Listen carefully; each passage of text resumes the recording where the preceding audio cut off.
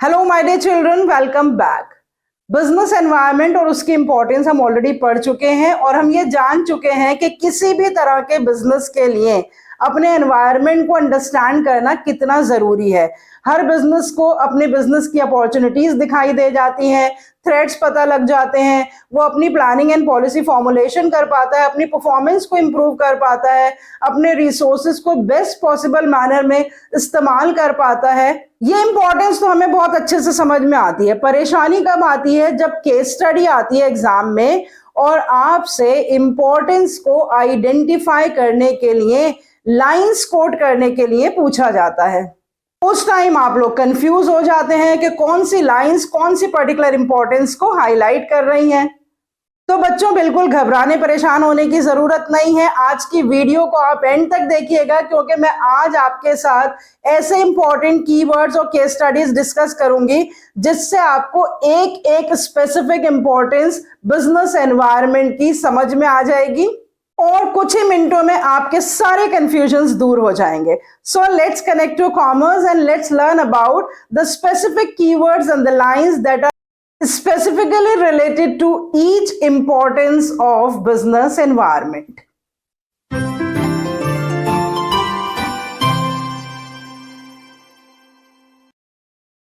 Before I start explaining you the keywords and the case studies, you just take a screenshot क्योंकि यहां पर मैंने जो भी इंपॉर्टेंस है of understanding the business environment उसके साथ साथ उस पर्टिकुलर इंपॉर्टेंस के कीवर्ड्स लिख रखे हैं।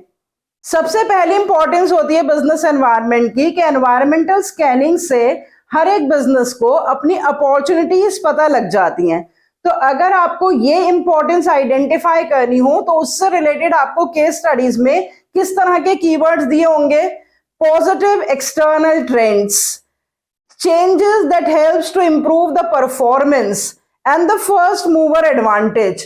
इतने ही वर्ड से आपको पता लग जाएगा कि कौन सी इंपॉर्टेंस की बात हो रही है। आइडेंटिफिकेशन ऑफ अपॉर्चुनिटीज की बात हो रही है। और अगर आइडेंटिफिकेशन ऑफ थ्रेट्स की कहीं पर बात हो तो किस तरह के वर्ड्स उसके स्टडी में होंगे? Negative external trends, changes that hinder the performance and early warning signals. तो पॉजिटिव ट्रेंड्स की बात आए तो अपॉर्चुनिटीज, नेगेटिव ट्रेंड्स की बात आए तो थ्रेट्स, ऐसी चेंजेस की बात आए जो परफॉर्मेंस को इंप्रूव करेंगी तो अपॉर्चुनिटीज, ऐसी चेंजेस की बात आए जो परफॉर्मेंस को हिंडर करेंगी तो थ्रेट्स। फर्स्ट मूवर एडवांटेज की बात आए तो अपॉर्चुनिटीज, अर्ली वार्निंग सिग्नल्स की बात आए तो थ्रेट्स। उसके बाद एक इंपॉर्टेंस होती है that business environmental scanning helps in tapping the useful resources. अब यहां पर किस तरह के वर्ड्स यूज होंगे केस स्टडी में? Input, output, because business environment gets the inputs from the environment and it supplies the output to the environment. So business environment inputs को कैसे इस्तेमाल करता है कि वो inputs को लोगों के desires और expectations में convert करता है। जहां कहीं भी इस तरह की स्टेटमेंट हो कि बिजनेस एनवायरनमेंट जो है वो सोर्स ऑफ इनपुट होता है फॉर एनी बिजनेस और आउटलेट होता है फॉर द आउटपुट, इस तरह के कीवर्ड्स कहीं भी आपको केस स्टडी में दिखेंगे तो आप आइडेंटिफाई करेंगे it helps in tapping useful resources, क्योंकि इनपुट्स और आउटपुट्स की बात हो रही है, रिसोर्सेज की यूटिलाइजेशन की बात हो रही है, तो इससे आप इस पर्टिकुलर इंपॉर्टेंस को आइडेंटिफाई करेंगे। Next is it helps in coping with the rapid changes. तो रैपिड चेंजेस तो बहुत इजीली आइडेंटिफाई हो जाता है जहां पर भी चेंजेस की बात हो और वो चेंजेस उसके पेस की बात हो कि वो बहुत ही फास्ट चेंजेस हो रही हैं, इंक्रीजिंगली डायनामिक चेंजेस हो रही हैं, वेरी फास्ट चेंजेस हो रही हैं। तो जहां पर भी कहीं आपको दिखाई दे कि किसी एक पर्टिकुलर एलिमेंट में बहुत क्विकली मॉडिफिकेशंस हो रही हैं और चेंजेस हो रही हैं और उन चेंजेस से बिजनेस कोप अप कर रहा है, तो आप कौन सी इंपॉर्टेंस आइडेंटिफाई करेंगे?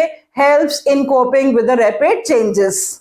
उसके बाद प्लानिंग एंड पॉलिसी फॉर्मुलेशन। अगर कोई भी बिजनेस अपने एनवायरनमेंट को अच्छी तरह से समझ लेता है तो वो future planning and policy formulation बहुत अच्छे से कर पाता है। उसके लिए किस तरह के कीवर्ड्स आपको दिखाई देंगे? अपॉर्चुनिटीज और थ्रेट्स वहां पर इकट्ठे दिखाई देंगे। क्योंकि कोई भी बिजनेस जो अपनी फ्यूचर प्लानिंग करता है ना, वो स्वॉट एनालिसिस की बेसिस पे करता है। स्वॉट एनालिसिस मतलब strengths, weaknesses, opportunities and threats. तो strengths and weaknesses internal nature की होती हैं और opportunities and threats external nature के होते हैं। तो किसी भी स्टेटमेंट में आपको अपॉर्चुनिटीज, थ्रेट्स, स्ट्रेंथ्स, वीकनेसेस सब कुछ दिखाई दें तो आप प्लानिंग एंड पॉलिसी फॉर्मुलेशन वाले बेनिफिट को आइडेंटिफाई करेंगे। सिर्फ अपॉर्चुनिटी की बात हो रही है तो फर्स्ट मूवर एडवांटेज आइडेंटिफाई करेंगे, सिर्फ थ्रेट की बात हो रही है तो अर्ली वार्निंग सिग्नल्स आइडेंटिफाई करेंगे। लेकिन अगर अपॉर्चुनिटीज और थ्रेट्स दोनों की बात हो रही है कहीं पर, तो आप क्या आइडेंटिफाई करेंगे?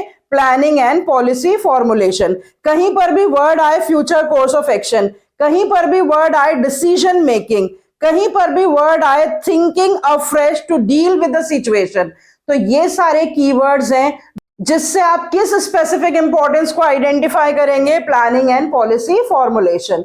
Last but not the least is improving performance. अब देखो, परफॉर्मेंस तो हर चीज पे ही डिपेंडेंट होती है, लेकिन परफॉर्मेंस के कुछ इंडिकेटर्स होते हैं। जैसे प्रेजेंट परफॉर्मेंस की बात हो और फ्यूचर सक्सेस की बात हो, तो फिर कुछ और इंडिकेटर्स होते हैं, जैसे increase in the profits, increase in the sales, increase in the markets, increase in the variety of the products, suitable business practices. इस तरह के जहां भी वर्ड्स दिखाई दें, वहां आप क्या आइडेंटिफाई करेंगे? Helps in improving the performance. तो जल्दी से मैं आपके सामने एक केस स्टडी डिस्कस करती हूं, जिससे आपको ये सारे कीवर्ड्स की हेल्प से बहुत आसानी से लाइंस कोट करनी आ जाएंगी related to the specific importance of a business environment. देखिए बच्चों, स्क्रीन पे एक छोटी सी केस स्टडी आपसे डिस्कस कर रही हूं। Shine Cosmetics has been producing various cosmetic products and has attained a prominent position in the cosmetics market. It has come to this position by analyzing the needs of the customers before other cosmetic manufacturing companies did it. तो यहां पर एक line आपके सामने आ रही है that they have analyzed before the other cosmetic companies. तो यहां पर क्लियर इंडिकेशन है that this is the company which is taking the benefit of first mover advantage. आगे पढ़ लेते हैं। And by providing new and improved products to its customers. अभी मैंने आपको बताया था कि सोसाइटी के रिसोर्सेस को इस्तेमाल करके बिजनेस जो है वो सोसाइटी की एक्सपेक्टेशंस को पूरा करता है, और वो बेनिफिट है helps in tapping the useful resources. तो यहां पर जो कीवर्ड्स हैं, providing new and improve product to the customer, जिससे कस्टमर सेटिस्फाई होंगे, तो यहां पर टैपिंग यूजफुल रिसोर्सेस की बात हो रही है। और आगे देखते हैं। It has procured the best of the technology from Japan and keeps its processes up to date. Up to date word है, कीवर्ड है। तो जो बिजनेस एनवायरमेंटल स्कैनिंग करके अपने आप को अपडेटेड रखता है और रैपिड चेंजेस से कोप अप कर पाता है, वो बेनिफिशियल रहता है। तो यहां पर अप टू डेट से कौन सी इंपॉर्टेंस आइडेंटिफाई हो रही है?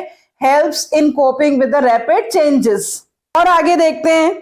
Its top level managers are quite aware about the external environment changes and incorporate them in the working of the company in the timely manner. Time पर ही top management alert हो जाती है about the external environmental changes और उसको अपनी policies में incorporate कर लेती है। तो यहां पर किस चीज की बात हो रही है? Helps in planning and policy formulation. तो इस पूरे पैराग्राफ में यहां पर 4 इंपॉर्टेंस की बात हो रही है। Helps to identify the opportunities, helps in tapping the useful resources, helps in coping up with the rapid changes, and helps in planning and policy formulation. अब आपकी प्रैक्टिस के लिए एक और केस स्टडी मैं आपके सामने स्क्रीन पर शेयर कर रही हूं। इसमें भी आपको importance of business environment identify करनी है और लाइंस कोट करनी है। अगर आपको कीवर्ड बहुत अच्छे से समझ में आ गए और इस केस स्टडी का आंसर आपको पता लग जाए, तो प्लीज कमेंट बॉक्स में लिखकर मुझे बताइए। और अगर उसके बाद भी आपके कोई डाउट्स रह जाते हैं तो आप उसको कमेंट बॉक्स में लिखकर मुझसे और क्लैरिफाई कर सकते हैं। सारे कंफ्यूजिंग टॉपिक्स की मैंने ऑलरेडी एक प्लेलिस्ट बना दी है जो कीवर्ड्स और केस स्टडीज के नाम पे है। उस प्लेलिस्ट को भी देख लीजिए, क्योंकि उसमें मैंने बहुत सारे confusing topics with the help of keywords जो है वो डिस्कस कर रखे हैं। तो इसी तरह से आगे भी आपके कंफ्यूजन्स को दूर करते रहेंगे। Stay connected and healthy.